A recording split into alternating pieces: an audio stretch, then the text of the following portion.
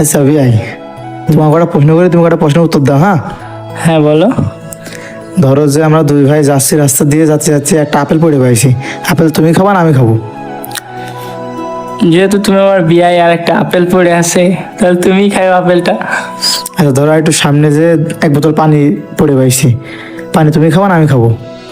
হুম, আপেলটা যেহেতু তুমি খাইছো, তাহলে পানিটাও তুমি খাইও।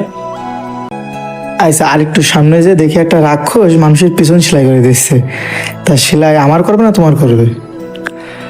যেহেতু তুমি বিয়াই হও আমার, তোমারে আপেলও খাইতে দিছি, পানিও খাইছো তুমি, তাহলে তুমি পিছনটা সেলাই করাই নিও। আচ্ছা আর একটু সামনে যে দেখি কয়েকটা রাক্ষস মানুষের পিছন মেরে দিচ্ছে, তোমার আমি খাবো না তুমি খাবা? এটা তো হিসেবে ধরতে গেলে আমার দিকেই আসে, না হয় আমিই খালাম।